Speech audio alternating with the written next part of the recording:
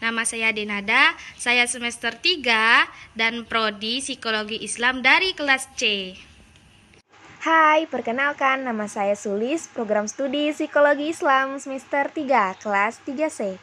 Halo, nama saya Intan Nurul Fajriani, program studi Psikologi Islam semester 3, kelas C. Nama saya Alip Siwi, program studi Psikologi Islam kelas 3C. Hai, nama saya Aimatul Wasila, program studi Psikologi Islam semester 3, kelas 3C.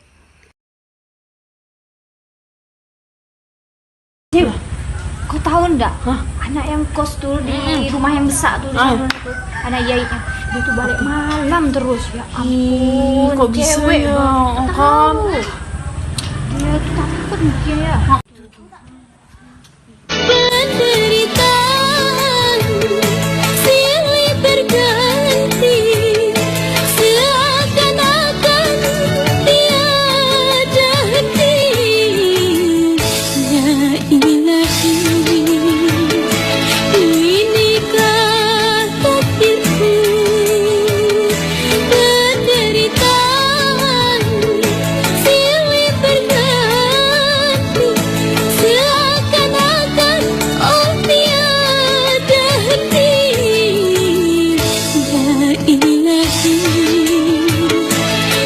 inikah suratan Pelawai itu aku tuh diomongkan tetangga.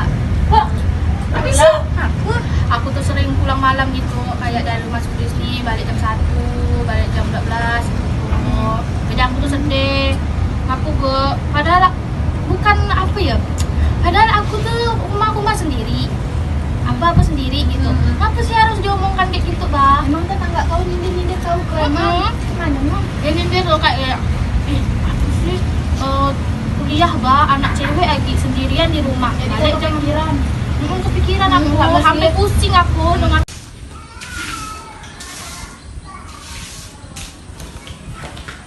mana tetangga sebelah lo. Kesal aku. Padahal aku tuh anak rantau loh, diomong-omongkan gitu pulang malam apa. Aku nih, aku tuh kuliah tengah malam, kuliah sampai malam. Sampai diomongkan kayak gitu, aku tuh letih. Diomongkan kayak gitu balik tengah malam terus, sedih aku. Astagfirullahaladzim. Dari omongan itu membuat saya ingin pindah dari kontrakan dan tidak fokus belajar selama di kontrakan itu. Solusi saya dari pengalaman yang dialami yaitu yang pertama, selalu berpikir positif, jangan berpikir negatif. Yang kedua, jangan dengar omongan mentah-mentah dari omongan tersebut.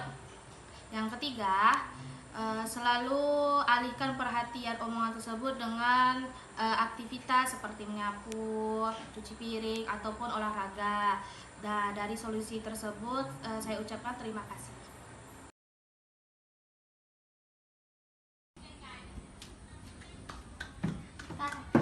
Kakak gendut, kakak gendut, kakak gendut, kakak gendut, kakak gendut, kakak gendut.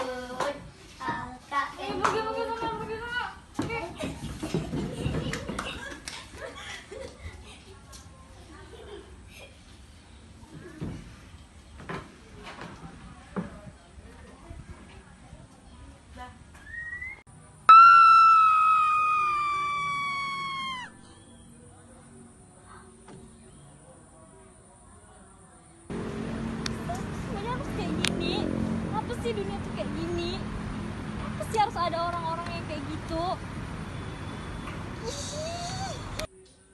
Nah, dari video yang tadi yang sudah ditayangkan, di situ dijelaskan bahwa di situ ada sebuah contoh, salah satu contoh diri saya real, bahwasanya saya mengalami kecemasan pada diri saya, yaitu saya terlalu banyak mendengarkan omongan-omongan orang sehingga saya sulit untuk berpikir, sulit untuk berkonsentrasi, sehingga saya pergi ke gedung tinggi, saya teriak, saya mengeluarkan semua amarah saya di situ mengeluarkan emosi saya, karena di situ saya benar-benar merasa sedih, merasa orang yang paling jahat dan dari berbagai omongan-omongan orang yang menurut saya mengganggu pikiran saya.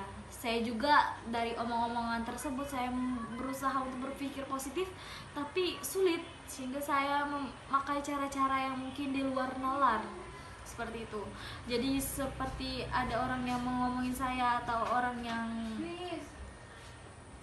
omongan-omongan jelek yang masuk ke telinga saya itu membuat saya hampir stres. Baik, dari pengalaman yang saya alami, pastinya saya harus memerlukan solusi. Yang pertama itu saya harus berpikir secara sehat atau berpikir secara positif. Tidak berpikir secara negatif terus-terusan. Kemudian yang berlebih-lebihan seperti itu, lebih menahan diri dan lebih memperbanyak tindakan daripada memikirkan hal-hal yang tidak perlu. Kemudian yang kedua, saya harus mencari teman untuk bercerita, sehingga banyaknya saran yang masuk membuat saya menjadi lebih lega, membuat saya termotivasi, serta mendorong saya untuk jauh lebih baik lagi. Pastinya di sini saya membutuhkan teman-teman yang sportif, dalam artian benar-benar mendorong, benar-benar membuat saya bangun, membuat saya bangkit kembali dari masalah-masalah yang tersebut. Dan di sana juga pastinya saya perlu introspeksi diri. Stop. Nah, dan yang terakhir, saya melakukannya dengan meditasi. Dengan cara meditasi yaitu saya meletakkan dada dan kemudian meletakkan tangan di perut, kemudian saya tarik nafas, saya hembuskan sampai hati saya tenang, kemudian pikiran saya tenang. Mungkin dengan cara seperti itu solusi dari apa yang telah saya lakukan, apa yang telah saya kerjakan, dalam arti permasalahan dalam pikiran saya, sehingga saya harus membuang jauh pikiran saya sejauh-jauh mungkin agar tidak terjadi hal-hal yang tidak diinginkan. Mungkin hanya itu solusi dari saya. Terima kasih.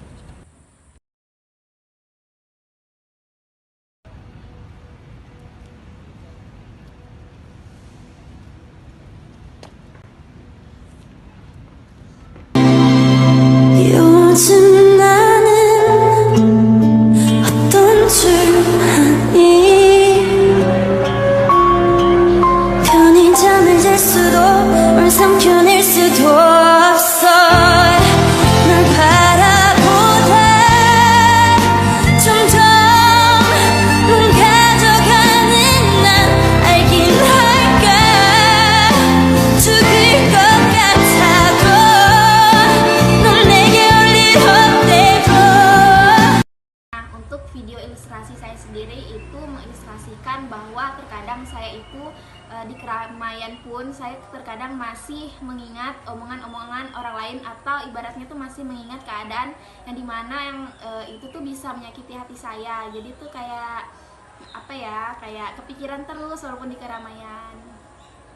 Nah, untuk itu saya memberikan solusi untuk kepada diri saya sendiri. Yang pertama itu untuk membenahi diri, dan saya harus selalu berpikir positif, have a pleasant life, yang dimana saya itu harus banyak bersenang-senang, karena kalau saya bersenang-senang itu saya memancarkan kebahagiaan diri saya sendiri, jadi saya lebih berpikir positif.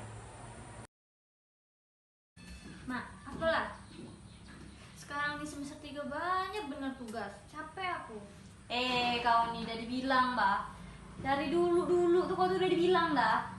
Kau tuh nggak pernah dengar omongan orang tua. Dari dulu tuh udah dibilang dah, jadi guru. Ini malah jadi psikolog. Jadi apa kau jadi psikolog? Jadi psikolog kan juga bisa jadi guru. Tahu dari mana kau nih?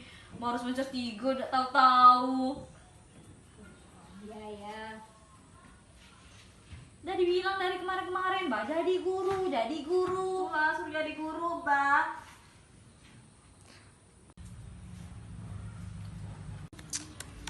Pusing aku sekarang nih, apalah orang tua tuh nyuruh aku jadi guru. Padahal kan aku pengen jadi orang psikolog. Udah semester 3 baru disuruh jadi guru. 없이도 좋았다 너를 지켜보고 설레고 우습게 질투도 했던 평범한 모든 순간들을. Jadi dari video yang saya Beri contoh, saya ingin menjelaskan tentang kondisi saya yang susah untuk menerima nasihat dari orang lain, baik itu orang tua ataupun orang lain. Karena saya selalu berpikir saya bisa menangani kondisi saya sendiri, dan menurut saya tentang hidup saya itu saya yang tahu. Tapi kawan-kawan, untuk orang yang berpikir seperti itu, untuk teman-teman yang berpikir seperti itu, saya harap sekarang berhenti untuk berpikir seperti itu.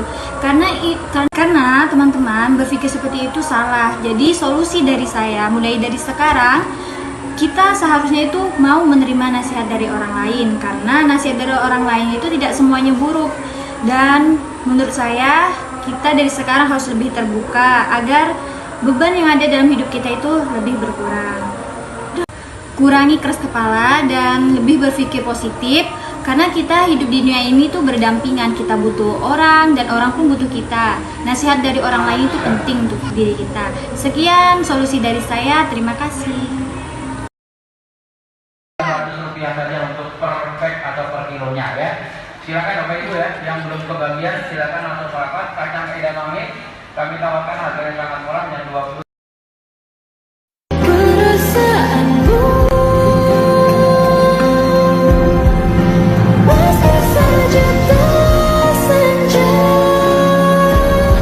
Ku merindukan bayangmu, namun hidupku harus terus berjalan dengan hati.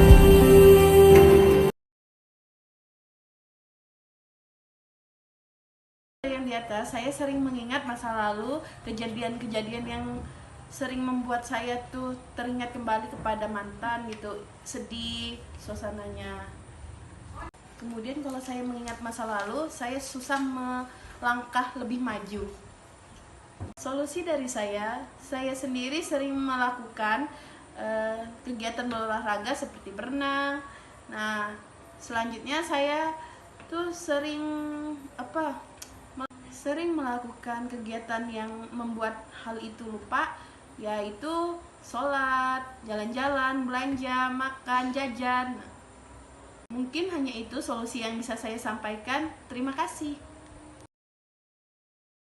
Berpikir positif, jauhi hal negatif. Pikirkan untung atau ruginya diri kamu. Berusaha menerima nasihat orang lain. Ayo melangkah maju untuk mengupgrade diri kamu. Semangat!